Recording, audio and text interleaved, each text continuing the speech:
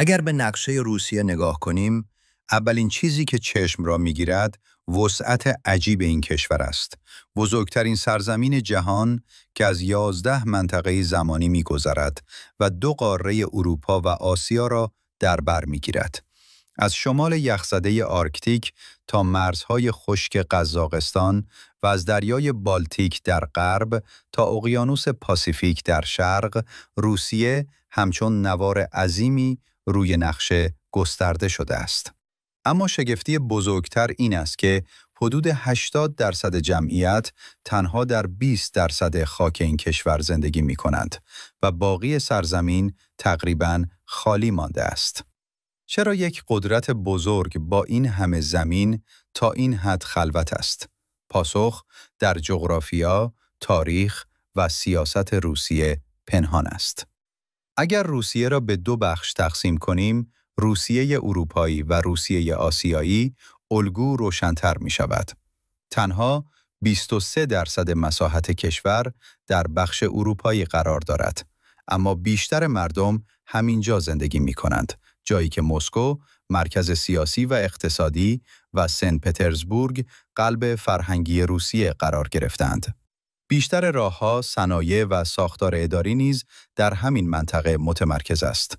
اما شرق روسیه، یعنی سیبری و خاور دور، چرا هنوز خالی است؟ برای درک این موضوع باید به گذشته برگردیم.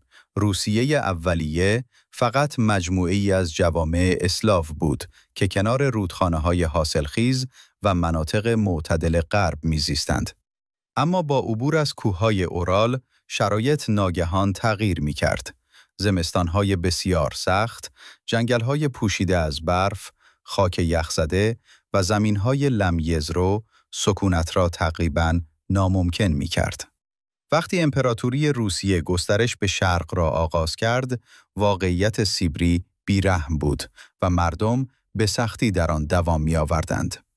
در قرن 20 با رویکار آمدن شوروی تلاش شد سیبری از نظر جمعیت و صنعت تقویت شود، اما این بار نه با انتخاب مردم، بلکه با اجبار دولت و سیاست‌های سختگیرانه دوران استالین.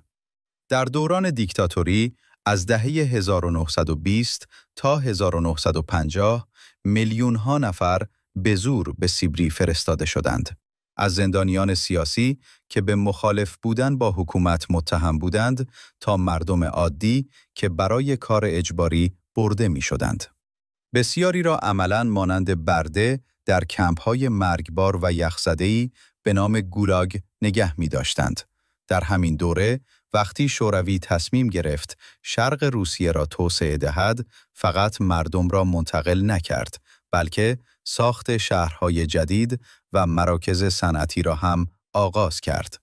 بیشتر نزدیک میادین نفت، معادن زغالسنگ و پایگاه‌های نظامی. هدف روشن بود: استفاده از منابع سیبری برای اقتصاد شوروی و تقویت کنترل بر شرق کشور. جاه طلبانه ترین پروژه راه آهن ترانسیبری بود که در 1916 کامل شد. خطی که از مسکو آغاز می شود و تا ولادیوستوک، بندر مهمی کنار اقیانوس پاسیفیک، ادامه دارد. این خط 9300 کیلومتری طولانی ترین راه آهن جهان است و قرار بود شرق دور روسیه را به مناطق توسعه یافته غرب متصل کند. اما با وجود همه تلاش‌ها، حقیقت این بود که بیشتر روس‌ها تمایلی به زندگی در آن مناطق نداشتند. حتی با وجود شهرها، صنایع و راه آهن، جمعیت شرق همچنان کم باقی ماند. دلیل اصلی مطلوب‌تر بودن بخش غربی روسیه بود. در این بخش آب و هوا مناسب‌تر است، زمین حاصلخیز و هموار است و کشاورزی و ساخت و ساز آسان‌تر انجام می‌شود. ویژه‌ترین منطقه کمربند خاک سیاه است که از کرسک و ورونج تا بلگورود امتداد دارد و جزو حاصلخیزترین زمین‌های کشاورزی جهان محسوب می‌شود. حدود 70% تولید غلات روسیه از جمله گندم، جو و دانه‌های آفتابگردان از همین جا به دست می‌آید. رودهای بزرگی مثل ولگا و دنیپر نیز کشاورزی و تجارت را تقویت کردند. رود ولگا از بیش از 11 شهر می‌گذرد و نهایتاً به دریای خزر می‌ریزد و شبکه‌ای ساخته که اقتصاد و کشاورزی را زنده نگه می‌دهد. نزدیکی غرب روسیه به اروپا باعث تأثیرات فرهنگی و تکنولوژیک بیشتر شده است. دو شهر مهم، مسکو و سن پترزبورگ، در همین منطقه قرار دارند و حدود 20 میلیون نفر را در خود جای می‌دهند. با بهترین زیرساخت‌ها، فرصت‌های شغلی، مراکز آموزشی و تمرکز بیشتر نخبگان، تاجران و مقامات دولت. در بسیاری مناطق شرق روسیه، متوسط حقوق تقریباً 2 برابر میانگین ملی است. اما با این حال، شکاف بزرگی میان شرق و غرب دیده می شود. بخش غربی، یعنی روسیه اروپایی، مرکز قدرت سیاسی و اقتصادی است، در حالی که سیبری و خاور دور هنوز عقب هستند. علت اصلی شرایط زندگی است. در شرق روسیه زنده ماندن سخت است. سیبری با سرمای شدید و گاهی مرگبارش مشهور است. مثل شهر یاکوتسک که سردترین شهر جهان شناخته می شود و دما در آن تا منفی 60 درجه پایین می رود. رودخانه ها بیشتر سال یخ زده‌اند، تابستان ها کوتاهند و با رطوبت و هجوم پشه ها نفسگیر می شوند. تعداد شهرها کم است و فاصله میان آنها صدها کیلومتر است. جنگل‌ها، کوه‌ها، زمین یخزده و برف سنگین ساخت زیرساخت را دشوار می‌کند.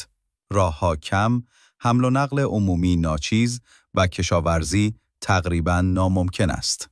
اما با وجود این سختی‌ها، سیبری یک گنج پنهان است.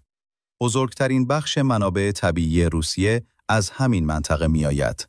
نفت، گاز، زغالسنگ، طلا، الماس، آب شیرین و حتی اورانیوم. طبق برآوردهای دولتی، 80% گاز طبیعی و حدود 70% نفت روسیه از سیبری استخراج می شود. همان انرژی که اروپا را در زمستان و تابستان گرم نگه می دارد. یکی از عجایب طبیعی سیبری دریاچه بایکال است. عمیق‌ترین دریاچه جهان با حدود 16600 متر عمق.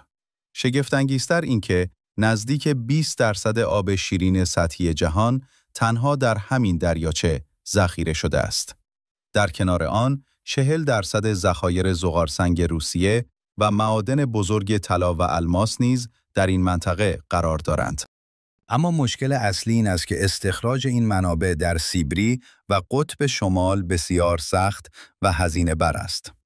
سرما چنان شدید است که حتی رسیدن به زمین زیر لایه‌های ضخیم یخ چالش بزرگی است. نبود جاده و شبکه حمل و نقل، رساندن تجهیزات حفاری و ماشین‌آلات سنگین را به یک کابوس لوجستیکی تبدیل می‌کند. به همین دلیل، استخراج نفت و گاز در روسیه نسبت به کشورهای گرمتر مثل آمریکا یا خاورمیانه بسیار پرهزینه‌تر و خطرناکتر است. ساکنان سیبری عمدتاً کارکنان صنایع نفت، گاز و معدن هستند. برای آنها این منطقه بیشتر یک پایگاه موقت کاری است، جایی که پول هست، اما زندگی بسیار سخت است. شهرها با فاصله زیاد، جنگل‌های انبوه و سرمای دائمی محاصره‌شان کرده است. بسیاری پس از پایان قرارداد دوباره به روسیه اروپایی یا مناطق توسعه یافته‌تر برمیگردند. به همین دلیل در سیبری شهرهای نیمه خالی و گوستاون فراوان دیده می شود. در این سرزمین شهرهایی دیده می شوند که روزی آباد بودند، اما امروز خالی و خاموش ماندند. دولت روسیه برای حل این چالش روش‌های زیادی آزموده. از دادن زمین رایگان و معافیت‌های بزرگ مالیاتی تا پرداخت هزینه جابجایی. با این همه، بیشتر مردم حاضر نیستند در شرق ساکن شوند، چون زندگی آنجا بسیار سخت است. مدرسه خوب، بیمارستان، اینترنت و حمل و نقل کمیاب و بی‌اعتمادند. زندگی در آنجا واقعاً دشوار است. این مستند را دنبال کنید، نظر بگذارید و مشترک شوید و همیشه به یاد داشته باشید تصمیم‌های درست آینده را می‌سازند.